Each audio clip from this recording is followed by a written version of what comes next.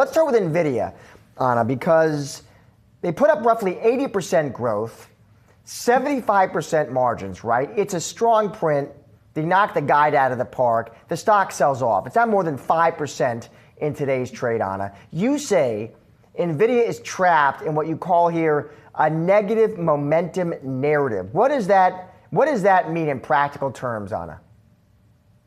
I think everyone is hating on AI in one form or another since the beginning of the year. So we've had the software sell-off, which I guess there's some signs of life today. And then it's taking turns. Nvidia and hardware is now taking a hit.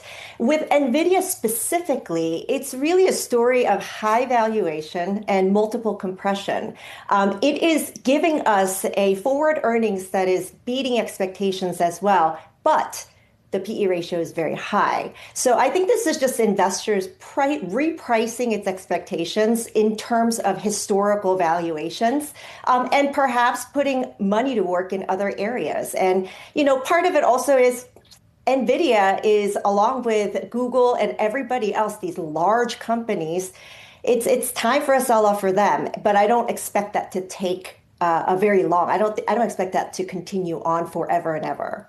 Do you think, Anna, investors fully appreciate what Nvidia has evolved into? Meaning a lot of people say it's a chip company, but really, Anna, it's almost evolved under Jensen Huang to more of an ecosystem, a platform.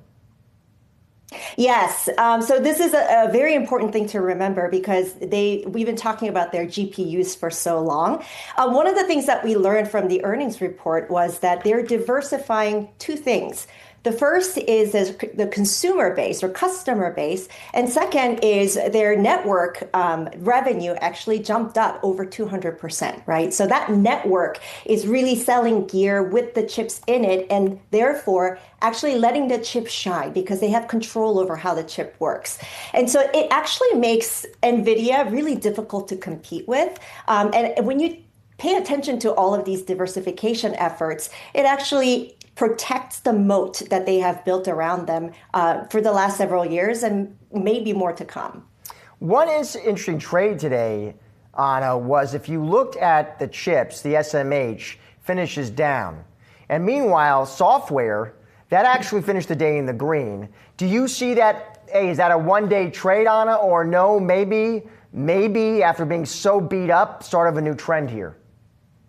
Yeah, last night we had two major companies in tech, right? One was Nvidia, the other was Salesforce, and they had a completely different experience today. And that tells me, and they both had good earnings, good reports. So that tells me that software, maybe there's a fatigue of sell-off from the investors, and maybe it's showing signs of life. Whether or not it continues is actually a big question mark because who knows when the next Claude, industry hit is going to be. And I think that's a really important thing to remember is that because agentic AI speed at which they're producing new products is so fast, that it has really taken the markets by a storm. And I'm not entirely sure that it's over.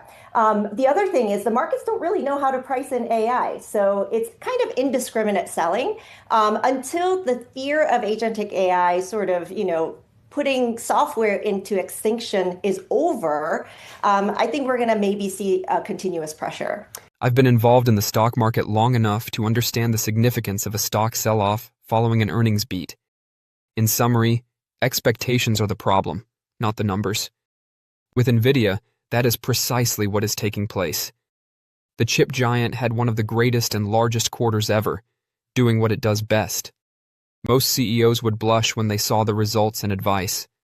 In the ensuing sessions, Nvidia's stock continued to decline repeatedly. Why? Nvidia's role is not limited to AI. Rather, it is being traded similarly to the AI trade, which requires flawless execution every time. Chris Rowland, a Susquehanna analyst, put it best when he posted earnings. The reason Rowland's comment is so effective is that it captures exactly what Nvidia is going through right now. He doesn't believe the narrative is flawed. He does, however, believe that the easy part is over. The world discovers the demand for AI hardware at that point, which caused the stock to rise. Those days are long gone. The game we're playing today is completely different. What surprise is coming up next? What is the following leg? What remains that hasn't been priced in yet? And that's the main conflict giving Nvidia bulls headaches. If Wall Street determines that the ideal situation is now the norm rather than a hypothetical, Nvidia can still control the AI stack and the stock might still suffer.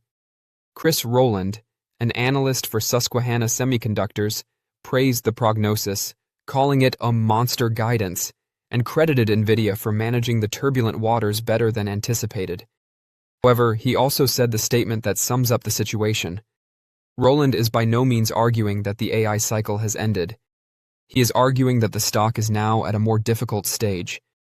The execution will still be excellent at this point, but expanding the multiple becomes more difficult. After hours Monday saw a 0.6% decline in Nvidia and a 0.5% decline in advanced micro devices in response to a Bloomberg story indicating that U.S. authorities are thinking about imposing restrictions on AI chip shipments to Chinese firms. According to the latest update, the Trump administration has talked about restricting Chinese companies' purchases of Nvidia's H200 processors to 75,000 per company. According to persons familiar with the situation, shipments of AMD's MI325 chips, which have comparable capabilities, would also count toward a customer's cap. The suggested cap is less than half of what businesses like ByteDance and Alibaba Group Holding have openly expressed their desire to buy Nvidia. Artificial intelligence models are created and executed using these accelerators. According to the sources, Trump's team established an upper limit earlier in the regulatory process, meaning that total sales to China might still approach 1 million units. However, a few Chinese computer firms account for the majority of existing applications, which might total hundreds of thousands at most under per-customer caps. Nvidia's Q4 sales was $68.1 billion.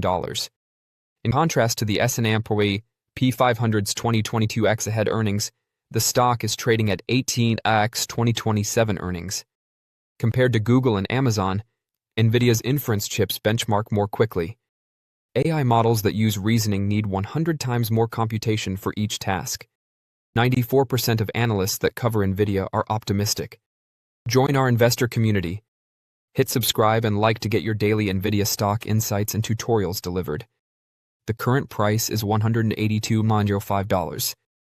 The consensus price objective is $263.39. Just now, the analyst who predicted Nvidia's success in 2010 listed his top 10 AI stocks. Here is what Jim Cramer had to say about Nvidia in a recent scathing on-air statement. Look, a lot of folks have recently joined. This is their opportunity to purchase Nvidia. It won't get any less expensive. Speaking to younger investors who have been observing the company from the sidelines, Cramer stated, "It's difficult to imagine it getting much cheaper." What is his real case, then? The two main factors are competitive positioning and valuation. The argument for valuation.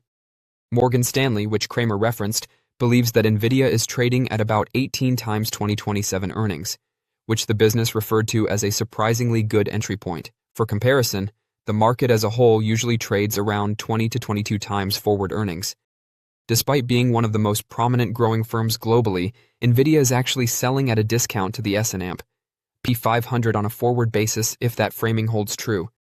That is supported by the basics.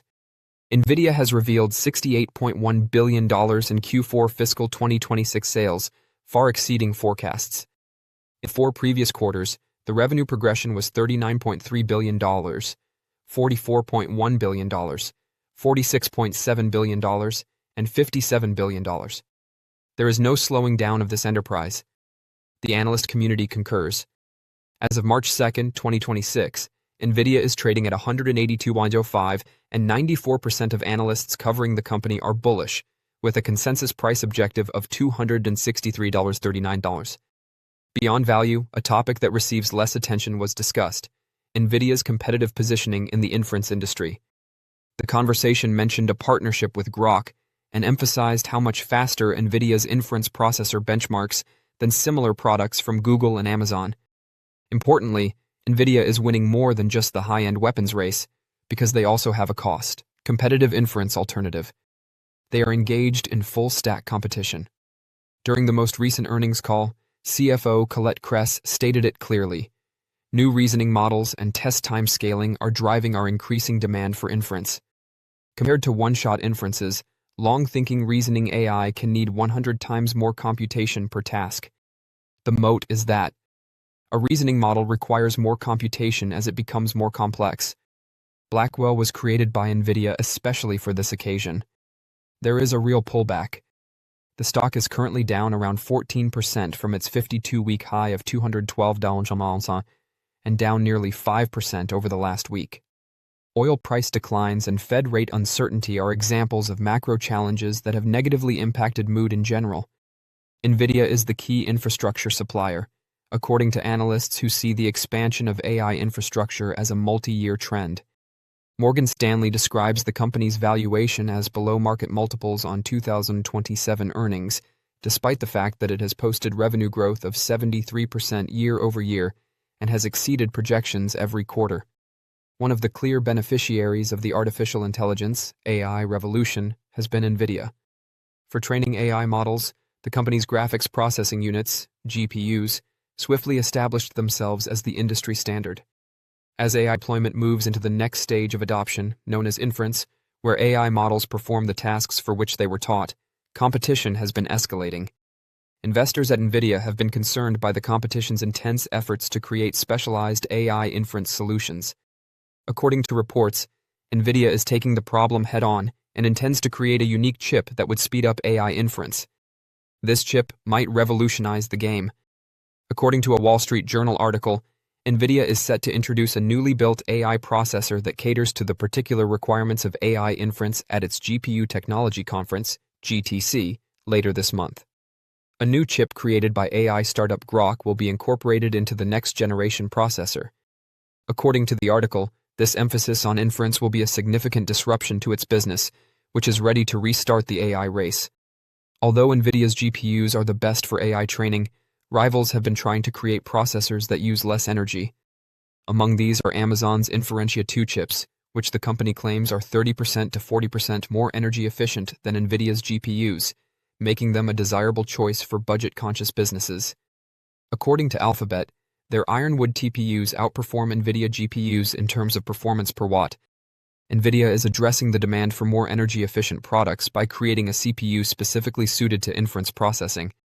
At a time when developers are increasingly concentrating on the shift to inference, it also broadens the company's current market opportunity, which is maybe even more significant. IoT Analytics estimates that Nvidia owns 92% of the data center GPU market. But, as its clients looked for less expensive options, the business ran the danger of losing some of that market. OpenAI, which has been looking for more energy-efficient options, will be among the first users to implement the emerging microprocessor. The startup's commitment to 3GW of Nvidia capacity is a significant victory for the company's first attempt at creating an inference-centric processor. The main event of Nvidia's AI-focused conference may be GTC, which is set to begin on Monday, March 16th. In recent months, it has been widely believed that Nvidia would lose market share to competitors who provide more energy-efficient options as inference grew in popularity. But Nvidia is once again altering the story and the game with the introduction of a specialized inference chip. Additionally, Nvidia stock is a buy at 22 times forward earnings. Don't forget to share your thoughts and experiences in the comments below. Your input helps create a more knowledgeable community where we can all learn and grow together in the world of investing. Stay up to date with the latest market trends, insights, and key updates by subscribing to Investing Tutorial. We're here to help you make smarter investment decisions and stay ahead of the curve.